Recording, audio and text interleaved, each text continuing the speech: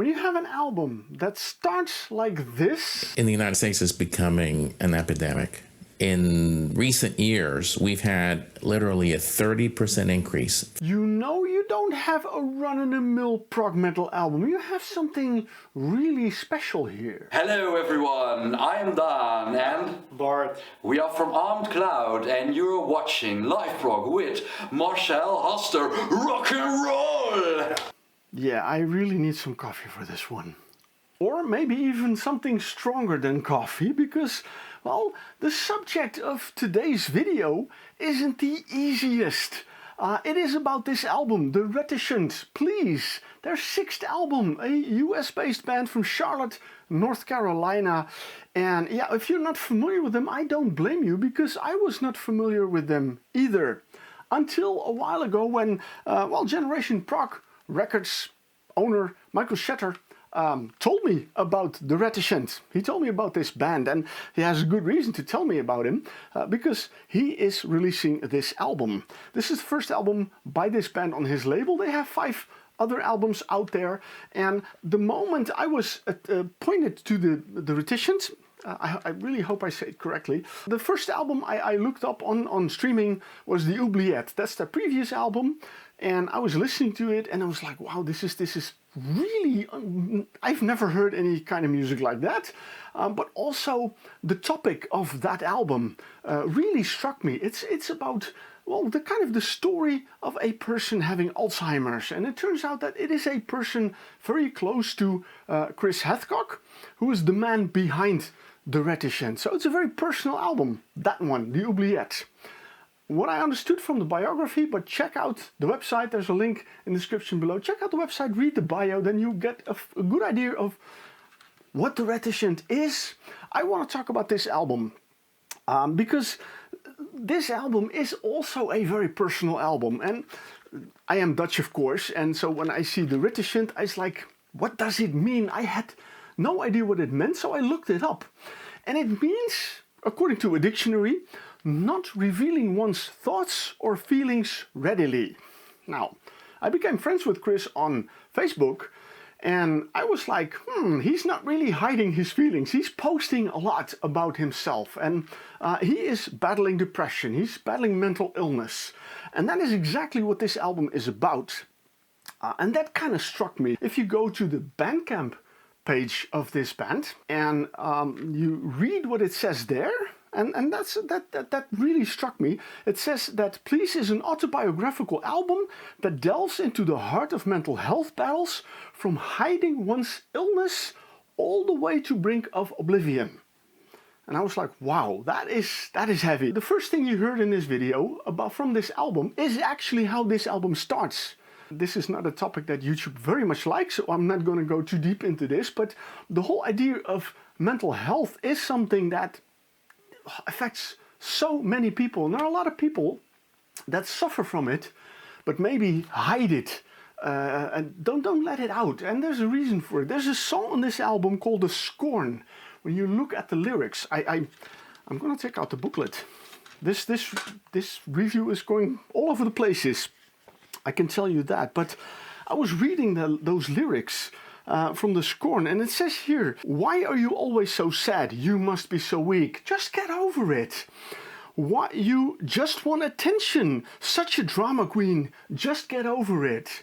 That is, well, it's not, of course, not everybody reacts that way, but a lot of people react in that way when they are dealing with someone who expresses that they have certain issues, certain mental problems. It is often not taken seriously. And that is why this album is so important, because this describes the journey of someone who is going through these mental issues, these depressions. And that is something that I also am familiar with. I also battled depression several years ago. And I noticed that even though with professional help I kind of overcame it, it is always somewhere there in the back of your mind. And that is one of the reasons why, for example, maybe you've noticed, maybe you didn't notice, but I haven't posted any videos in, well, several weeks. And I really wanted to do a video about this one, but I found it really hard to get myself to do it, especially because this this topic is yeah, it feels a little bit personal. And maybe my depression was not as serious as or as big as, well, someone else's. I mean, not as bad maybe as described in this album, but still the feeling is there. So I recognize these things, and that's why this has been a bit of an emotional journey, and maybe that's the reason why I absolutely love this album. I mean, every time I put it on, I absolutely love it. And the thing is, musically, I mean, haven't been talking about the music at all so far, but let's talk about the music here. I often describe music or an album as a roller coaster ride, but that is not sufficient for this one, because this is so much more than a roller coaster ride. This is so much more.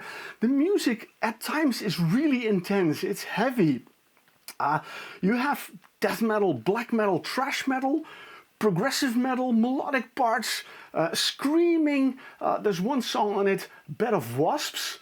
I will say that's not really my favorite song, but you know, you get the idea when you hear the title, what kind of music and vocals you get with that.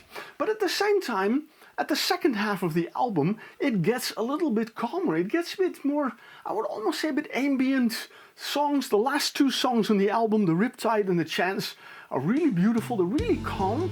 In The Chance, I really pick up a Porcupine Tree, Steven Wilson vibe, also in the vocals. So it is an interesting journey. It starts, the first song on the album is called Intake. The last song is called Discharge. So you can imagine what kind of journey you get in this album, and that makes it so interesting. And there's a lot of symbolism in it, because I noticed on the cover, below the name of the band, there was this kind of formula, and I was like, what is it? And I looked it up. It's the, how do you say it? The uncertainty principle, the Heisenberg principle. You know, that all these things are in it. There's so much in it, and like I said, you know, talking about this in a video will not do justice unless you really talk about it for a long time and really dive into all these different aspects. For that, I say, pick out a few written reviews. I found one that I found interesting. I'll link it in the description below. Check it out. It goes a little bit deeper into the album than I do, and I'm already, well, talking about this album a lot more than I originally planned, but yeah, this brings up a lot of emotions with me as well. It is a remarkable album. It is a unique album. It is an incredibly beautiful album, even with Bed of Wasps in it. But musically, there's so much to enjoy in it. If you go to their YouTube channel and listen to the Scorn, and that is a song where I quoted these lyrics from, you know, how people sometimes react when someone lets them know they are suffering from mental health issues. If you like that song, if you can appreciate it, you will enjoy this album, definitely. So go and check out that song, do that. I think you know more than doctors. I can't become clinically depressed. Why do you know? Because I don't believe in it. I can't be haunted by a ghost if I don't believe in ghosts. Well, that's like I'm never going to die because I don't believe in it. It's ridiculous.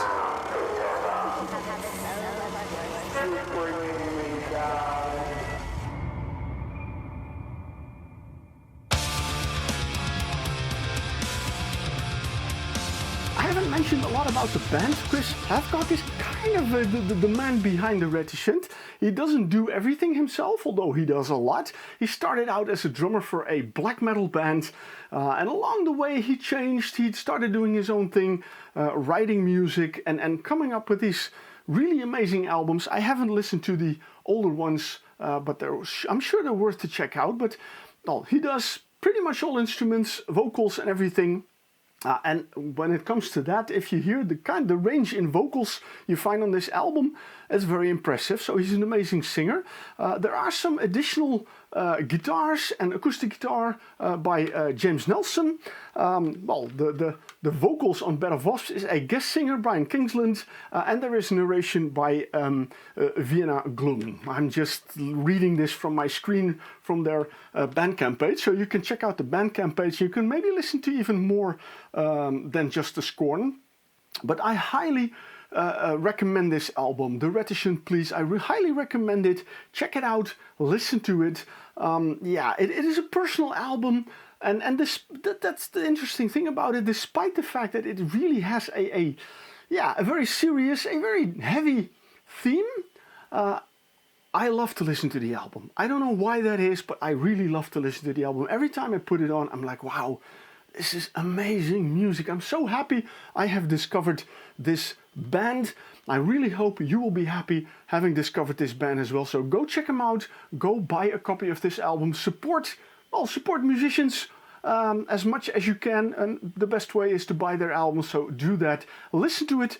And if you have listened to it, or if you already have listened to it, let me know in the comments what you think of this album. What's your favorite song? What are your thoughts about this beautiful album, Please, by the Reticent? Let me know. Thanks for watching. Enjoy listening to the music.